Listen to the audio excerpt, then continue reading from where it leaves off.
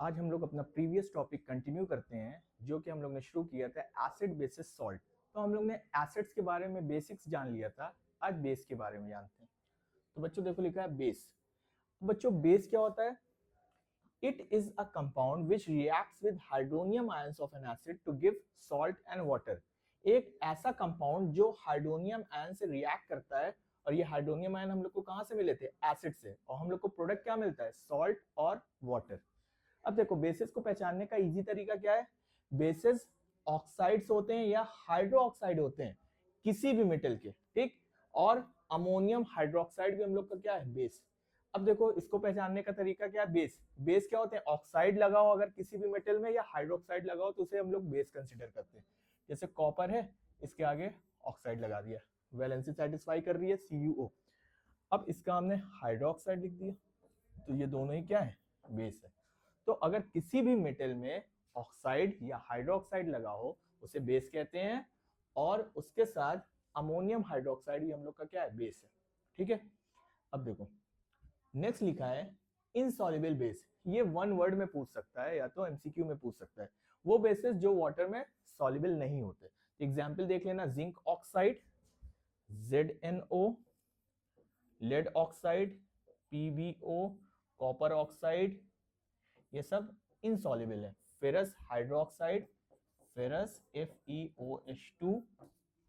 ऐसे next lead hydroxide और copper hydroxide, ये सब क्या किस कैटेगरी में आते हैं? Insoluble base. क्यों? क्योंकि ये वाटर में सॉल्युबल नहीं होते। देखो नेक्स्ट बच्चों लिखा है इंपॉर्टेंट, एल्कली। एल्कली क्या होती है? Water soluble basis. वो बेसिस जो वाटर में सॉल्युबल होते हैं उन्हें क्या कहते हैं? हम लोग एल्कली कहते हैं। और ये सॉल्युबल डिसॉल्व होके क्या में देते हैं हम लोग को? Hydroxyl ion. जैसे हम लोग एसिड में जब वाटर डिसॉल्व कर रहे थे या एसिड को वाटर में डाल लेते तो हम लोग को हाइड्रोनियम आयन मिलता था।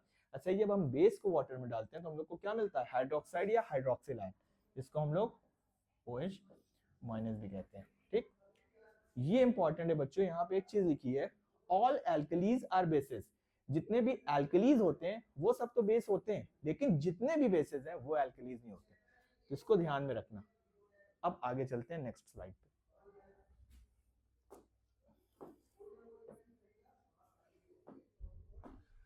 नेक्स्ट देखते हैं स्ट्रेंथ ऑफ बेस। वहां हम लोग ने स्ट्रेंथ ऑफ एसिड देखा था, तो बेस की स्ट्रेंथ कैसे हम लोग चेक करते हैं ये देख लेते हैं।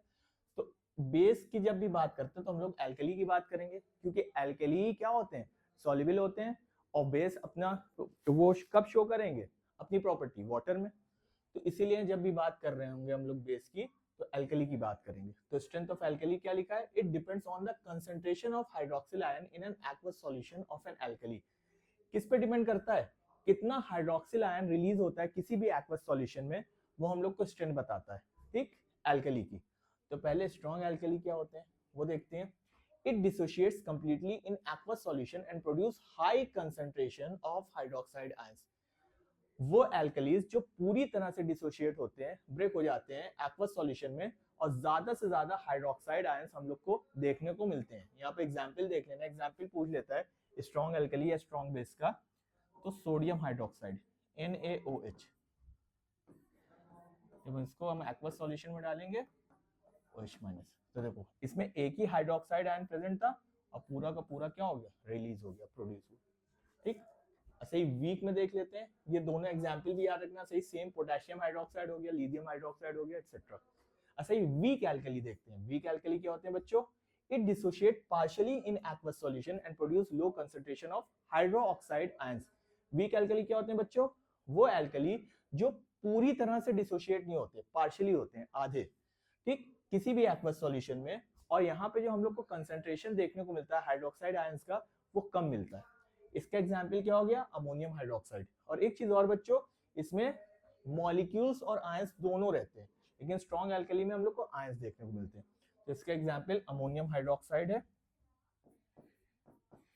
NH4OH,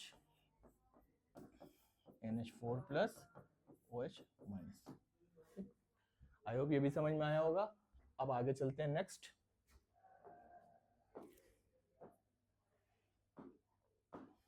नेक्स्ट बच्चों देखते हैं कंसंट्रेशन ऑफ बेस। वहां हम लोग ने देखा था कंसंट्रेशन ऑफ एसिड, तो वहां हम लोग ने देखा था कंसंट्रेटेड एसिड और डाइल्यूट एसिड। तो सेम यहाँ भी क्या हो जाता है बच्चों? कंसंट्रेटेड एल्कली और डाइल्यूट एल्कली। कंसंट्रेटेड एल्कली क्या होते हैं? Here is a high concentration of alkali present in aqueous solution। ठीक, मतलब क्या हो, यहाँ पे जो हाइड्रोक्साइड का कंसंट्रेशन हो वो ज्यादा हो किसी भी एक्वस सॉल्यूशन में। ठीक, और डाइल्यूट एल्कली क्या होते हैं? जहां पे हम लोग को एल्कली का कंसंट्रेशन कम देखने को मिले किसी भी एक्वस सॉल्यूशन में। ठीक, इसको एग्जांपल के थ्रू देख लेते हैं। जैसे यहाँ हम लोग ने ले लिया concentrated potassium hydroxide for example, जैसे ये ले लिया। ठीक, अब यहाँ कंसंट्रेटेड बच्चों लिखा है ना, और ये क्या है? ये सब वाटर सॉल्युबल है। तो यहाँ पे अब मान लो जैसे हम लोग ने एक ग्लास में इसको ले लिया, तो एक ग्लास में इसकी कंसंट्रेशन ज्यादा होना चाहिए, और मान लो एक्वस है तो उसमें वाटर्स प्रेजेंट हो लेकिन कम से कम अमाउंट में। तो इस तरह के एल्कलीज को हम लोग क्या कहते हैं? कंसंट्रेटेड। और जस्ट इसके अगर अपोजिट की बात करें तो वो सब डाइल्यूट एल्कली की कैटेगरी में आ जाएंगे। अब आगे आते हैं नेक्स्ट, एसिडिटी ऑफ बेस। हम लोग ने बच्चों जब एसिड पढ़ लेते तो वहां बेसिसिटी देखा था, और जब बेस पढ़ रहे हैं तो एसिडिटी देखते हैं। तो बच्चों कंफ्यूज नहीं होना। ठीक, अब ये क्या होती है इसको भी देख लेते हैं। Acidity of base, number of hydroxyl ion which can be produce per molecule of a base in aqueous solution. कितने हाइड्रोक्सिल आयन प्रोड्यूस होते हैं किसी भी एक्वस सॉल्यूशन में, वो उसकी एसिडिटी बताता है बेस की।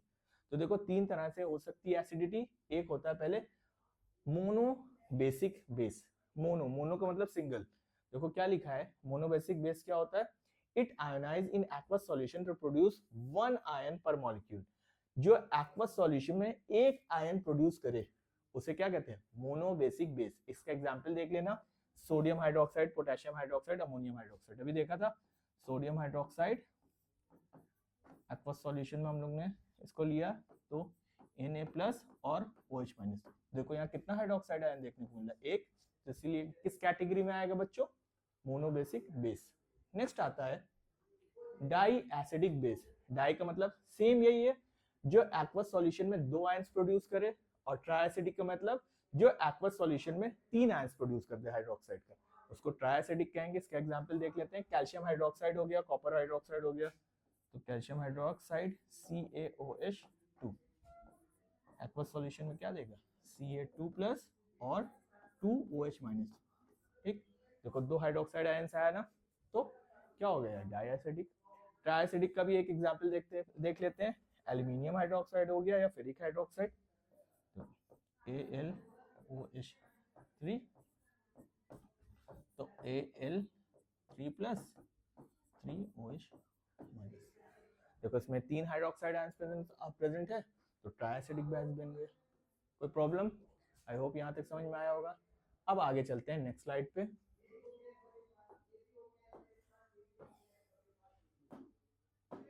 हाँ, अब यहाँ बच्चों हम लोग शुरू करते हैं प्रिपरेशन ऑफ एसिड्स। एसिड को कैसे प्रिपेयर करते हैं। यहाँ कुछ जनरल मेथड लिखे हैं, इसको एक बार जल्दी से देख लेते हैं। और ये सब बच्चों रिएक्शन पूछता है। देखो बच्चों पहला लिखा हुआ है from non metals with hydrogen. कोई भी नॉन मेटल को हाइड्रोजन से रिएक्ट कर दो तो हमें एसिड मिल जाता है। एक एग्जांपल देख लेते हैं।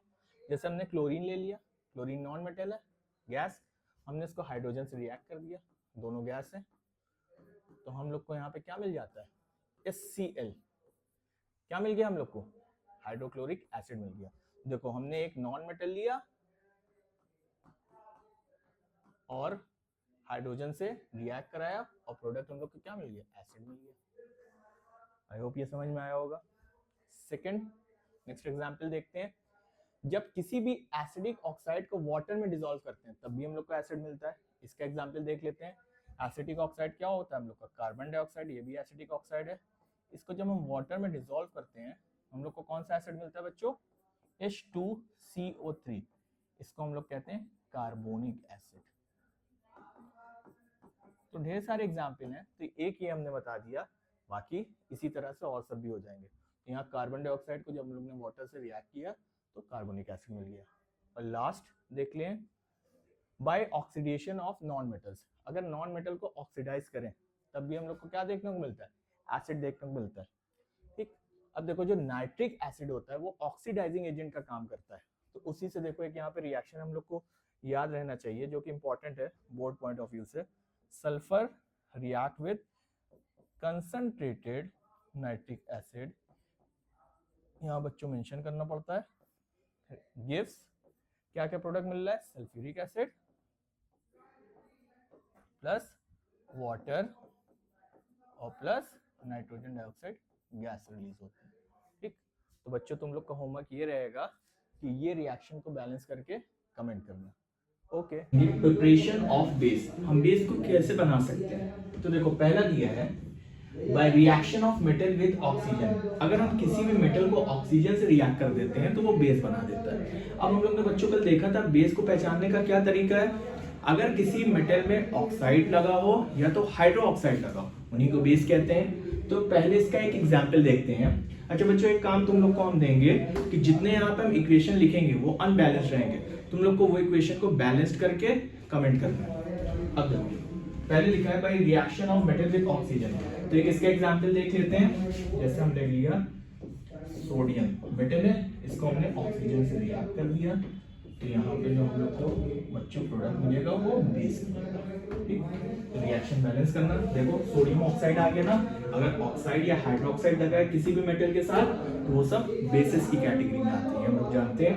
नेक्स्ट देखते हैं, When basic oxides are dissolved in water, जब भी हम किसी भी बेसिक ऑक्साइड्स को वाटर में डिसॉल्व कर देते हैं तब भी बेस मिलता है। बेसिक ऑक्साइड भी तो बेस है, तो हम बेस स्केल को यूज करके हम बेस को ऑब्टेन कर सकते हैं। ये भी एक एग्जांपल देख लेते हैं।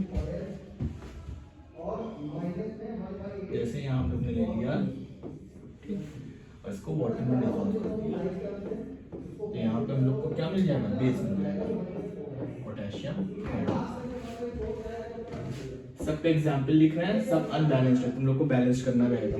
थर्ड वाले पे आते हैं, और कैसे बेस बना सकते हैं। अगर किसी भी एक्टिव मेटल को हम वाटर से रिएक्ट करते हैं तो हम लोग को क्या मिलता है, एल्कली और हाइड्रोजन गैस। तो बच्चों कल हम लोग ने देखा था एल्कली क्या होते हैं, bases which are soluble in water. अब देखो कोई भी एक्टिव मेटल ले लें, मान लो ये हमने ले लिया पोटेशियम, एक्टिव मेटल है, इसको हमें किससे रिएक्ट करना है, वाटर से लिखा हुआ है। तो जब हम वाटर से रिएक्ट करेंगे तो हम लोग को क्या मिलेगा, एल्कली और प्लस हाइड्रोजन गैस इवॉल्व होगी। पोटेशियम हाइड्रोक्साइड क्या है, ये एल्कली है, ये वाटर में क्या होता है, सॉल्युबल होता है। नेक्स्ट देखते हैं बच्चों सबका एक example. When salt solution reacts with alkali, it gives normal salt and precipitated basic hydroxide. अब यहाँ पे हमने सॉल्ट सॉल्यूशन ले लिया, फॉर एग्जांपल जैसे एल्यूमिनियम क्लोराइड। अब इसको हमने एल्कली से रिएक्ट कर दिया, तो सोडियम हाइड्रोक्साइड क्या है, एल्कली है, ये वाटर में सॉल्युबल होता है। तो हम लोग को प्रोडक्ट क्या मिलता है बच्चों, एक नॉर्मल सॉल्ट मिलेगा NaCl और प्लस एक प्रेसिपिटेटेड बेसिक हाइड्रोक्साइड मिलेगा। तो यहाँ पे जो हाइड्रोक्साइड मिलेगा वो एल्यूमिनियम को मिलेगा और ये प्रेसिपिटेट लिखा है। ठीक, इसको भी बैलेंस करना।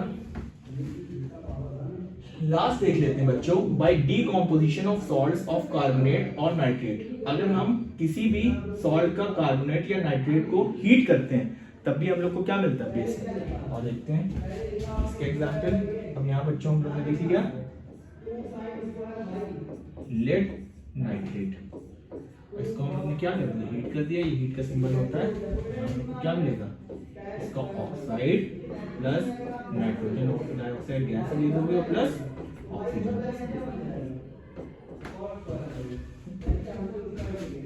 आई होप ये पूरा प्रिपरेशन तुम लोग को समझ में आया होगा बेस का। अब आगे चलते हैं, सबको बैलेंस करना।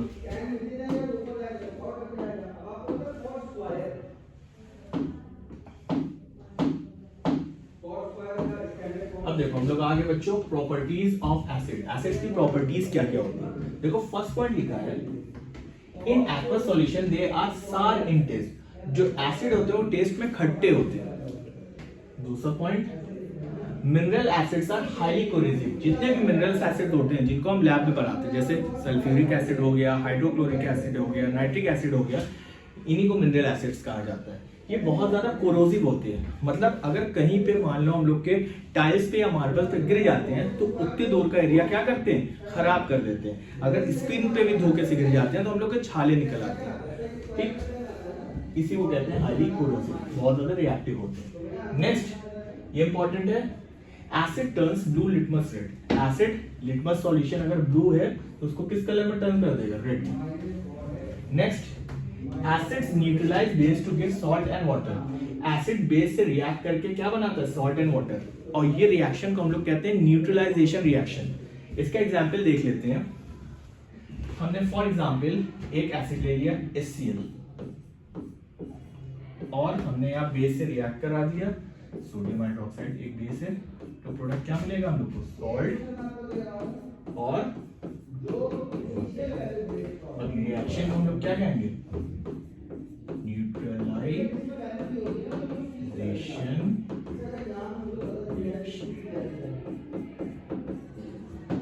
इंपॉर्टेंट है बच्चों। Next, acid reacts with active metals to liberate hydrogen gas. Acids active metals के साथ लिबरेट क्या करते हैं, हाइड्रोजन गैस लिबरेट करते हैं। अभी इससे पहले हम लोग ने इसका रिएक्शन भी देखा था। अब आगे चलते हैं।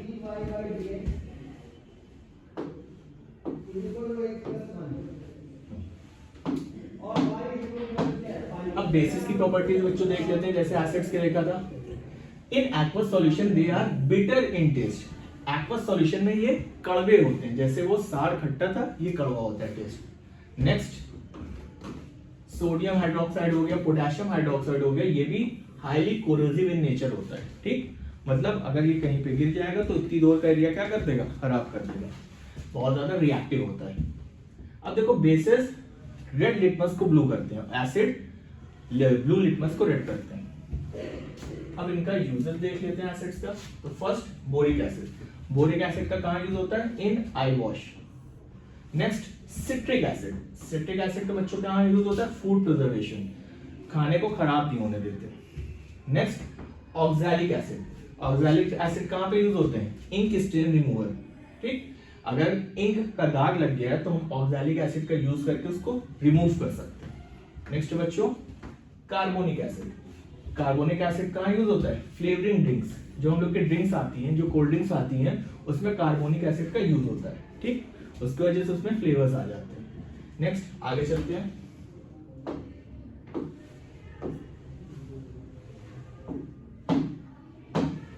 Uses of base. बेस के भी कुछ यूजेस देख लेते हैं। तो sodium hydroxide, it is used in the manufacture of soap. तो सोडियम हाइड्रोक्साइड का कहां यूज होता है, जो साबुन बनते हैं उसमें सोडियम हाइड्रोक्साइड का यूज होता है।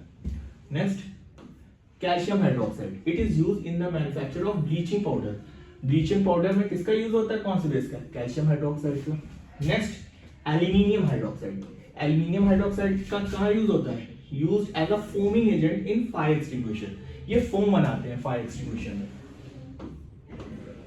नेक्स्ट देखते हैं, मैग्नीशियम हाइड्रोक्साइड। इसका कहां पे यूज होता है, एज एन एंटासिड। ठीक, आई होप ये पूरा यूज समझ में आया होगा। अब आगे चलते हैं।